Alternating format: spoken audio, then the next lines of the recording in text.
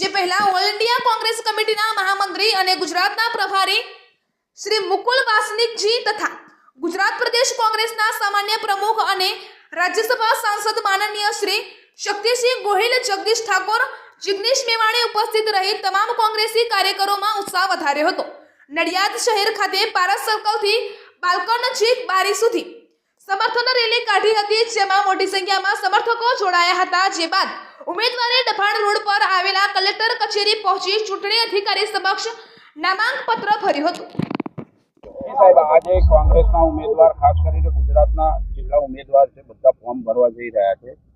કઈ રીતનું વાતાવરણ દેખાઈ રહ્યું છે? હું સૌથી પહેલા તો મારા વહાલા ગુજરાતીઓનો આભાર માનીશ કે અમારા દરેક જગ્યાએ કોંગ્રેસ પક્ષના ઉમેદવારોને પ્રેમ, સમર્થન અને આશીર્વાદ એક જબરજસ્ત રીતે મળી રહ્યું છે।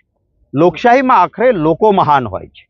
ભારતીય જનતા પાર્ટીને સત્તા વારંવાર મળી એટલે એવું માનવા માંડ્યા અહંકારથી કે લોકો તો અમારા ખિસ્સામાં છે, 5 લાખથી જીતી જઈશું। આ લોકશાહીમાં લોકોનું અપમાન છે અને આનો જવાબ એ ગુજરાતની જનતા આપી રહી છે। જનતાના પ્રેમ, આશીર્વાદ અને સમર્થન અમારા સાથે છે। ગેરંટીઓની વાતો કરે છે તો તમામ પ્રકારે ફેલ રહ્યા છે। રોજગાર હોય, ખેડૂતોની આવક બમણી કરવાની વાત હોય, કાળું ધન પાછું લાવીને 15 લાખ આપવાની વાત, જે પણ વાતો કરી હતી તો બધા જુમલા સાબિત થયા છે। 10 વર્ષમાં કંઈ નથી થયું અને હવે નવી વાતો કરી રહ્યા છે, એને ગુજરાતની જનતા નહીં સ્વીકારે। કોંગ્રેસનો એક સકારાત્મક એજન્ડા છે। મહિલાને પરિવારમાં 1 લાખ રૂપિયા વાર્ષિક આપવાના, 30 લાખ નોકરીઓ ખાલી છે, કોંગ્રેસની સરકાર બને તરત ભરવામાં આવશે। યુવાનને સ્ટાઇફંડ પેટે વાર્ષિક 1 લાખ રૂપિયા જો રોજગારી ન મળે ત્યાં સુધી આપવાનું એલાન કરેલું છે।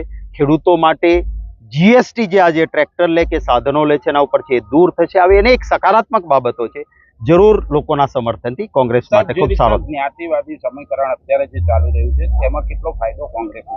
તમામ જ્ઞાતિ, વર્ગ, ધર્મનો પ્રેમ, આશીર્વાદ અને સહકાર કોંગ્રેસની સાથે છે, કારણ કે તમામ વર્ગ, ધર્મ, જ્ઞાતિનું અપમાન એ ભારતીય જનતા પાર્ટીએ કર્યું છે। Thank you.